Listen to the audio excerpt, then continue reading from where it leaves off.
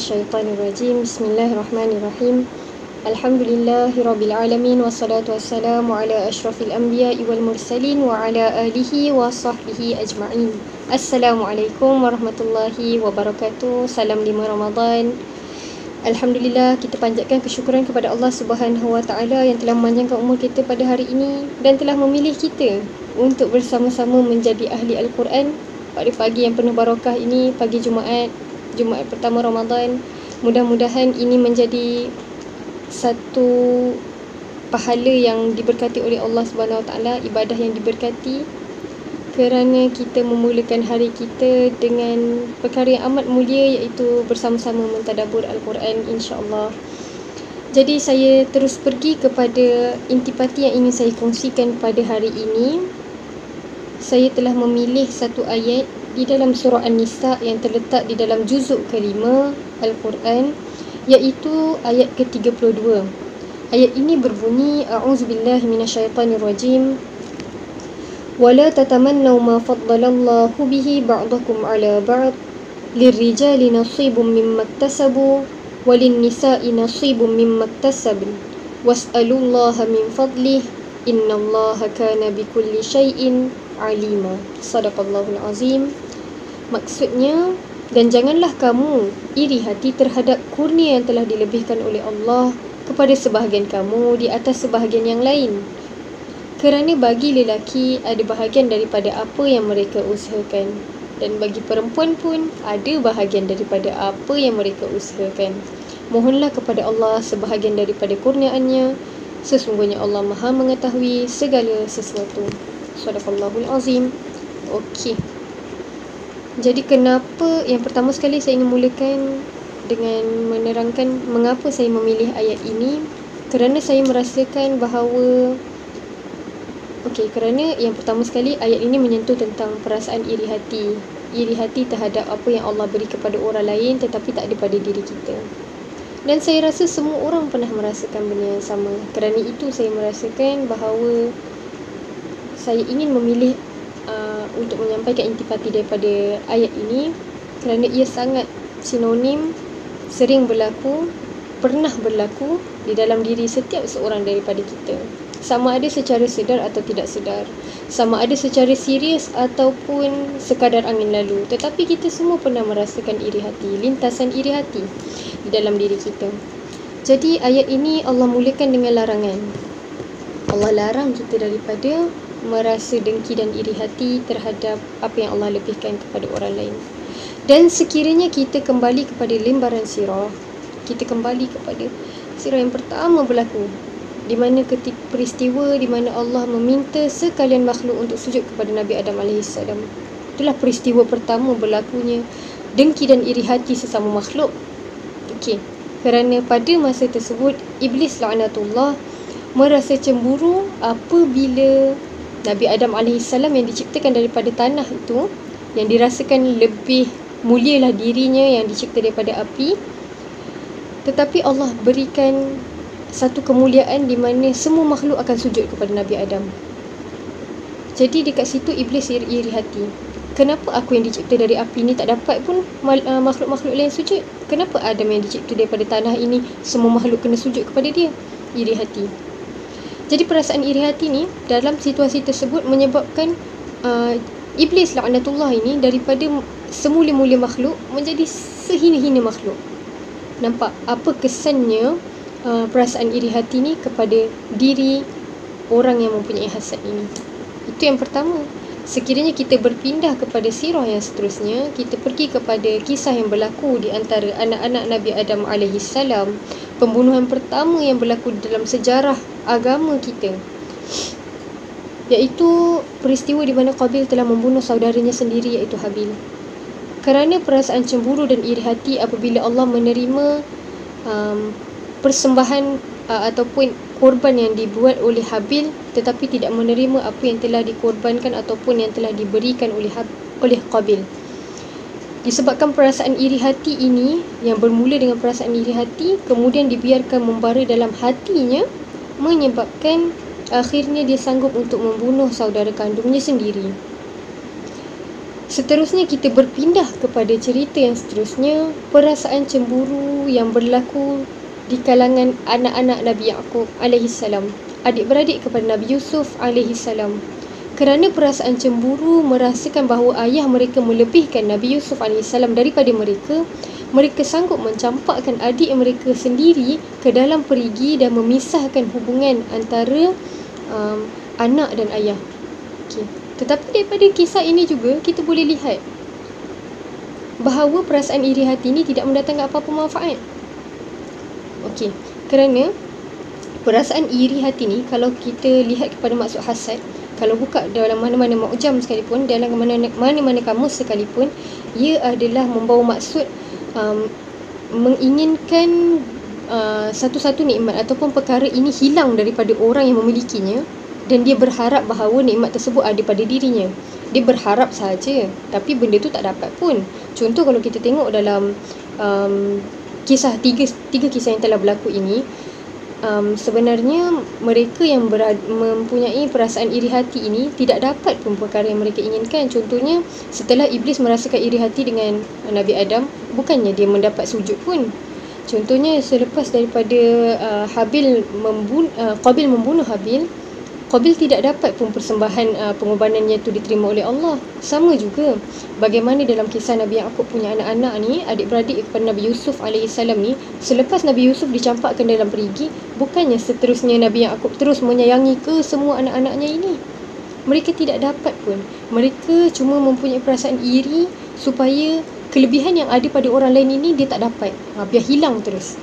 Jadi perasaan seperti ini tidak mendatangkan apa-apa manfaat kepada dirinya, tetapi hanya mendatangkan kepuasan mungkin, tapi kepuasan yang sementara, yang hanya akan akhirnya menyebabkan kita merasa menyesal, kerana pada akhirnya nanti kita akan tahu bahawa itu bukanlah satu bentuk kebaikan pun, dan kita tidak akan mendapat apa-apa pun daripada perasaan tersebut. Jadi kerana itu, daripada awal lagi Allah telah melarang kita daripada mempunyai perasaan seperti ini. Okay. Dan seterusnya sekiranya kita lihat di dalam ayat ini, saya merasa amat tertarik apabila Allah bagaimana cara Allah mentakbirkan ayat ini, memberikan pernyataan ini, lirijali nasibum mimma iktasabu wa linnisa'i nasibum mimma iktasabu. Okey. Di mana Allah menyatakan bahawa untuk lelaki ada bahagian daripada apa yang mereka usahakan, untuk perempuan ada bahagian daripada apa yang mereka usahakan. Jadi dekat sini kita, daripada ayat ini, selain daripada tentang iri hati, kita juga boleh belajar daripada ayat ini bahawa kita tidak perlu untuk merasa sangsi ataupun merasa ragu tentang apa yang Allah berikan kepada kita. Kerana kadang-kadang kita merasakan bahawa Allah ini tidak membelas, tidak kasih kepada kita. Aku dah buat penat-penat dah, tapi Allah tak bagi pun apa yang aku nak. Aku dah buat banyak dah, tapi aku tak dapat setimpal pun dengan apa yang aku buat. Kerana itulah Allah nyatakan di dalam ayat ini, kita mendapat sebahagian daripada apa yang kita usahakan. Not totally, not 100%, tapi kita mendapat sebahagian daripada apa yang kita usahakan. Yang Allah tak bagi tu, yang sebahagian yang lain yang tak dapat tu bagaimana? Allah telah reserve that part untuk mungkin pada hari akhirat. Kita tidak tahu bagaimana percaturan Allah Subhanahu Wa Taala, tapi sesungguhnya Allah mengetahui setiap sesuatu. Mungkin sebahagian yang Allah tidak berikan lagi kepada kita walaupun kita telah berusaha, tapi Allah tahu yang kita tidak perlukan pun perkara tersebut at the moment. Jadi Allah simpan perkara tersebut untuk Allah berikan ganjarannya mungkin di hari akhirat. Mungkin 20-30 tahun lagi, kita tidak tahu. Tetapi ayat ini telah menyatakan bahawa kita akan mendapat sebahagian daripada apa yang kita usahakan. Okay. So dekat dalam ni pun Allah tak nyatakan lirijali maktasabu walin nisa'i maktasabna. Allah tak nyatakan begitu. Maksudnya Allah tak kata bahawa pada lelaki itu adalah setiap apa yang dia usahakan. Tak, Allah kata sebahagian daripada apa yang dia usahakan. Okay, jadi dekat situ kita boleh sentiasa berhusnuzan dengan Allah bahawa Allah sentiasa memberikan sesuatu itu tepat dengan apa yang kita perlukan. Kadang-kadang kita ni terlampau menginginkan suatu perkara, tapi sebenarnya kita tidak perlukan pun. Allah lebih mengetahui apa yang kita perlukan daripada sekadar apa yang kita hajatkan. Okey. Selain daripada itu, di dalam ayat ini juga, selain daripada Allah memberikan larangan, Allah juga memberikan jalan keluar. Di dalam ini telah dinyatakan bahawa Allah kata tak boleh untuk ada perasaan dengki kepada orang lain. Jadi kalau tak boleh dengki kepada orang lain ni, kita kena buat apa? Okey, apa yang Allah nyatakan di sini? Was'alullaha min fadli. Mintalah kepada Allah kelebihan tersebut, supaya Allah bagi kelebihan tersebut kepada kita. Jadi perasaan ingin membanding diri kita dengan orang lain ni boleh dibuang jauh-jauh, kerana kita tahu tiada manfaat yang akan datang kepada diri kita. Kita hanya akan mendapat kepuasan sementara sebab kita rasa macam dia tak dapat, lega aku dia tak dapat dah nikmat tu. Lega rasanya bila dia tak dapat kelebihan tu. Sama-sama biar sama-sama tak dapat. Kita tak payah fokus pun dalam kehidupan orang lain bila kita bercakap tentang nikmat yang Allah kurniakan ni. Kita hanya fokus kepada diri kita. Kalau betul kita inginkan satu kelebihan ini kepada diri kita, kita minta kepada Allah Subhanahu Wa Taala directly, tanpa membandingkan ataupun membuat satu perbuatan hasad kepada orang lain. Kita fokus kepada diri kita, kita minta kelebihan kepada Allah Subhanahu Wa Taala. Kita mohon kepada Allah dengan penuh rasa kehambaan, kerana sesungguhnya Allah Maha mengetahui. Sekiranya betul kelebihan yang kita minta itu, kita mohon kepada Allah itu adalah satu keperluan untuk kita, insya-Allah Allah akan bukakan jalan supaya kita mendapat kelebihan tersebut. Sesungguhnya Allah Maha mengetahui segala sesuatu. Kerana itu ditutup dengan sesungguhnya Allah mengetahui segala sesuatu. Kita ni tahu tentang diri kita, tapi Allah tahu diri kita lebih daripada itu. Jadi kita tidak perlu untuk membeza ataupun membanding-tara antara kehidupan kita dengan kehidupan orang lain. Kerana kalau contoh saya ambil apa yang berlaku di dalam tempoh melonjak ke alam dewasa ni, contohnya bagi mereka yang seusia dengan saya mungkin, ataupun yang dalam tempoh usia saya 20-an ini, kita dalam tempoh untuk ke arah dewasa lah. Jadi kita dah nampak ada perbezaan pada jalan-jalan kehidupan kita. Ada yang pada umur saya sekarang tengah bekerja, contoh macam saya sendiri. Dan ada yang pada umur saya ini sekarang tengah sambung belajar lagi. Ada yang pada peringkat degree, ada yang sekarang dah ambil master. Ada yang sekarang tengah tak buat apa-apa. Ada yang sekarang macam-macam, ada yang sekarang telah berkahwin dan sebagainya. Jadi, perbezaan dan kepelbagaian yang berlaku di dalam timeline kehidupan kita ini membuktikan bahawa kehidupan kita ini Allah susun secara berbeza-beza. Kita ada chapter yang berbeza. Contohnya seperti satu novel, bab satu cerita saya mungkin berbeza dengan bab satu cerita sahabat baik saya. Mungkin sahabat baik saya tu akan merasakan chapter pertama saya di dalam chapter ke-7 beliau. Begitu. Jadi susunan Allah ni sangat cantik, kerana kalau semua orang melalui chapter yang sama pada waktu yang sama, buku kita ni tidak akan ada beza, dan kita tidak akan dapat belajar daripada kehidupan orang lain. Contoh chapter 1 saya adalah graduasi. Mungkin chapter ketiga kawan saya baru dia graduasi, contohnya.